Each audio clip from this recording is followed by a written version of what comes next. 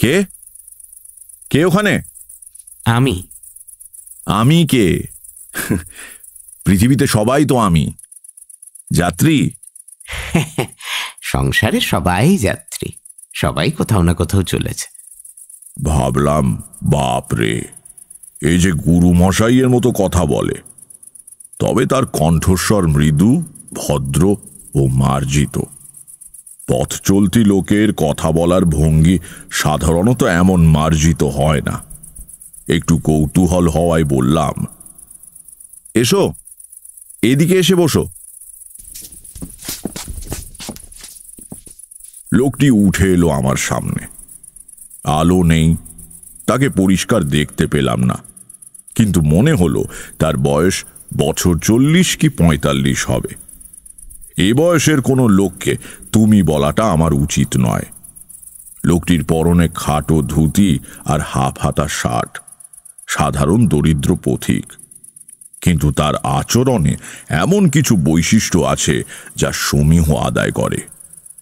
বললাম, কিছু মনে করবেন না, অন্ধকারে ভালো দেখতে পাইনি, তুমি বলে ফেলেছি। তাতে কি হয়েছে? জগতে সকলেই সকলের বন্ধু, বন্ধুকে তুমি বলা যায়। তা কোথায় যাবেন, আর আসছেনই বা কোথা থেকে? এবার বেশ মজার ব্যাপার হলো। পথিক মানুষটি আমাকে তুমি বলে সম্বোধন করতে লাগলো, কিন্তু তার অনুমতি পাওয়া সত্ত্বেও আমি কিছুতেই তা পারলাম না। সে বলল, কোথাও যাচ্ছি না ভাই, অনেকটা তোমারই মতন। পথে পথে ঘুরে বেড়াতে ভালো লাগে, যা পাই তাই খাই, যেখানে খুশি থেমে যাই, এই আর কি। তার মানে আমারই মতন? আপনি কি করে জানলেন আমি কিরকম?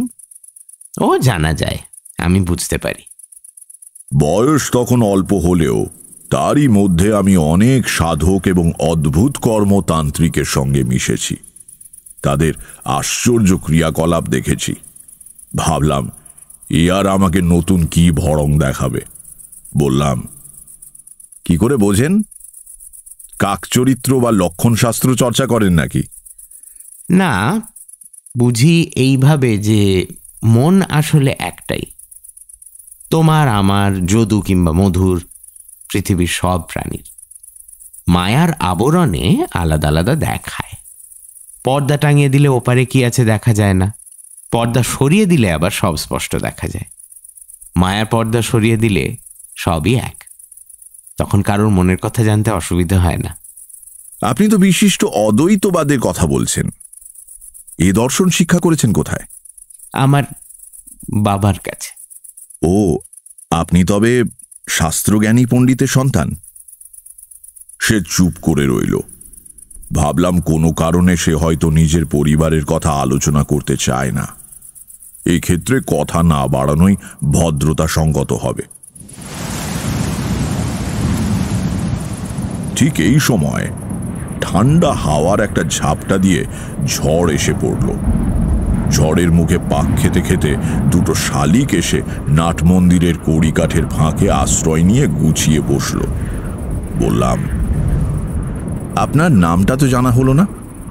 আমার নাম অমর, অমর জীবন। বাড়ি কোথায়? এই জেলাতেই বুঝি। অমর জীবন কোনো উত্তর দিল না। বুঝলাম নিজের কথা বলতে সে আদৌ আগ্রহী নয়। অন্য প্রসঙ্গে যাবার জন্য বললাম, আশ্রয় তো যা হোক পাওয়া গেল, কিন্তু খাওয়াটা বোধহয় জুটবে না। না না, তা কেন, ঝড়টা থামুক, খাওয়ার ব্যবস্থা হয়ে যাবে এখন। তা কি করে হবে? কাছাকাছি কোনো দোকানপাট তো দেখছি না। গ্রামে হয়তো আছে, কিন্তু তারা কি এই ঝড় বাদলে দোকান খুলে রাখবে? মনে হয় না। রাত্রিরে কি খাও তুমি, ভাত না রুটি? আমি ঠিক সন্ন্যাসী না হলেও পথে ঘুরছি অনেক দিন, সবই অভ্যেস আছে। বেশ বেশ ভালো, খাবার এসে যাবে। অন্ধকারে অমরের মুখ চোখ ভালো দেখতে পাচ্ছি না। লোকটা পাগল নয় তো? কোথায় খাবার? কালকেই আমি এখানে ছিলাম, স্বপ্নে দেখলাম আজ তুমি আসবে, তাই একটা দিন বেশি থেকে গেলাম। এমনিতে আমি দুরাত্রির কোথাও থাকি না। ভাবলাম নিশ্চয়ই পাগল। গতকাল রাত্রিরে স্বপ্ন দেখেছে আজ আমি এখানে আসব। বদ্ধ পাগলা ছাড়া আর কি। আপনি জানতেন আমি এখানে আসব? হ্যাঁ। স্বপ্নে দেখেছেন? হ্যাঁ, স্বপ্ন দেখার প্রয়োজন হলে আমাকে নির্দিষ্ট জায়গায় পৌঁছে সেখানে থাকতে হয়। মনে মনে ভাবলাম, বেচারি, এমনিতে বেশ ভালো লোকটা, ভদ্র আর মিষ্টি কথাবার্তা, দোষের মধ্যে পাগল। এরপরই অমর জীবন হঠাৎ আমার দিকে তাকিয়ে বলল, তুমি বাড়ি চলে যাও।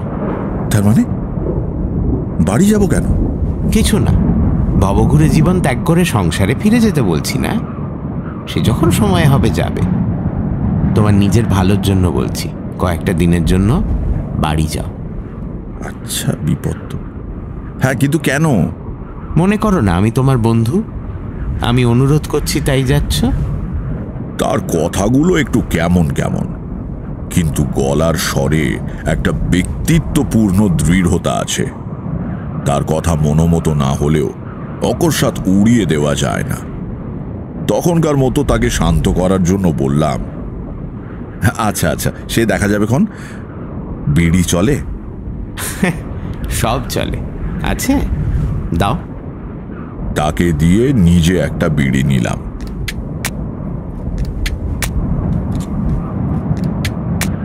বাতাসের দাপটে 4-5টা কাঠি নষ্ট করেও ধরাতে পারছিলাম না।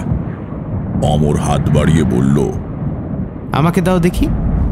তারপর দেশলাইটা হাতে নিয়ে অদৃশ্য কার দিকে যেন ধমক লাগালো। আরে একটু থাম তোরে বাপু, একটা বিড়ি ধরাতে কি একটা গোটা দেশলাই বাক্স খরচ করব নাকি?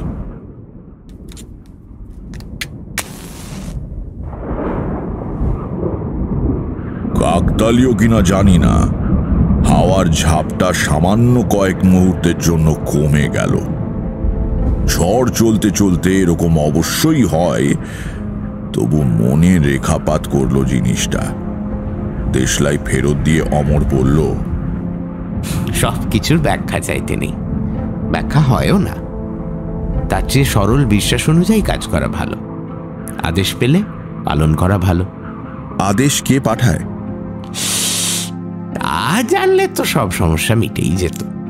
আপনার কাছে আদেশ পৌঁছয় কেন? আপনি কে? বিড়িটা ভালো, খুব নরমও না খুব কড়াও না, বেশ মিঠে কড়া ধরনের।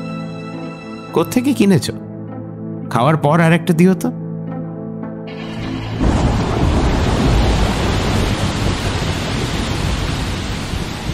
ঝড় থেমে গিয়ে বৃষ্টি নামলো।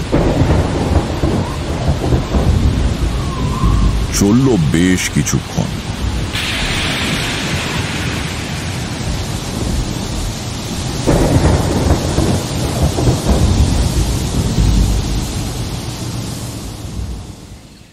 বৃষ্টি যখন থামল তখন পাড়াগাঁর হিসেবে বেশ রাত।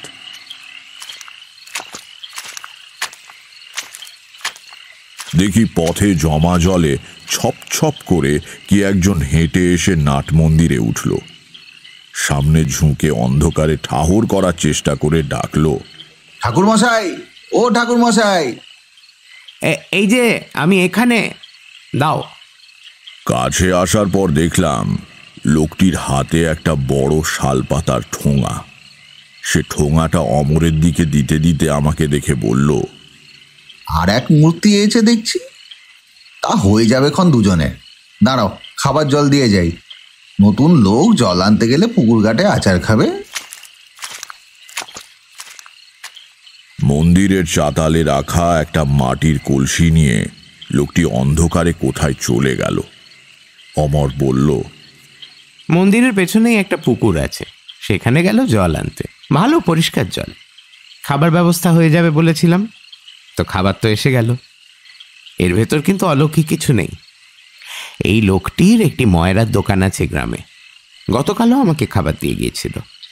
অতিথি সেবা করতে ভালোবাসে, পয়সা দিতে চেয়েছিলাম, নেয়নি। আজকের খাবারও দিতে বলা ছিল।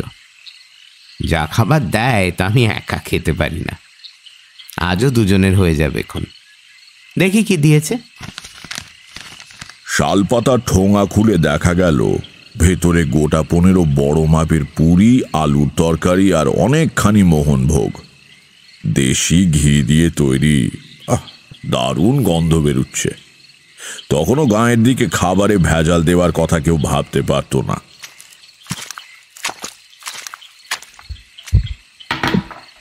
জল ভরে মেটে কলসি নিয়ে এলো ময়রা। অন্ধকারে গল্প করা যাবে, কিন্তু খাওয়া যাবে না। মোমবাতি বেশি পুড়িয়ে লাভ নেই। এসো খেয়ে নেওয়া যাক। অমর খুব কম খায়, মাত্র 4খানি পুরি সে খেলো, বাকি সবগুলো খেতে হলো আমাকে। অবশ্য পথ হেঁটে আমার খিদেও পেয়ে গিয়েছিল।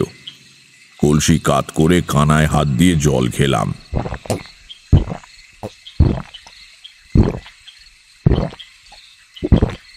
তারপর মোমবাতি নিভিয়ে দিয়ে অমর বলল, এসো এইবার গল্প করি।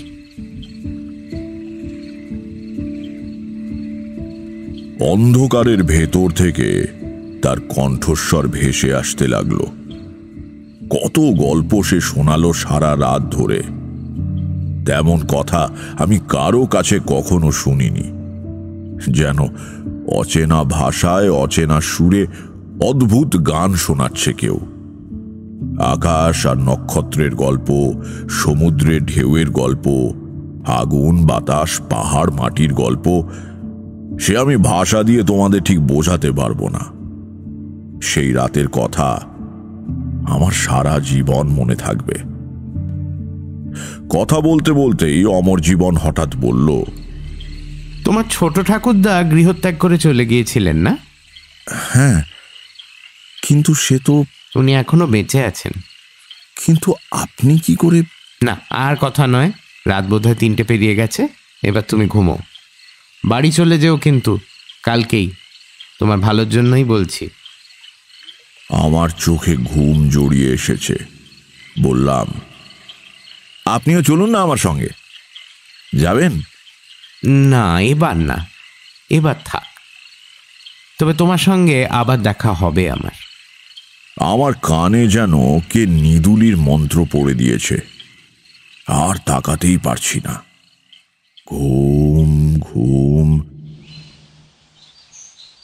যখন ঘুম ভাঙল তখন রোদ্দুর উঠে গিয়েছে। গতকাল রাত্রিরের মেঘ বৃষ্টির চিহ্ন নেই কোথাও। ঝকঝক করছে দিনের আলো।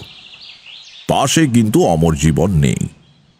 তার ঝোলাঝুলি সহ কখন সে চলে গিয়েছে কে জানে।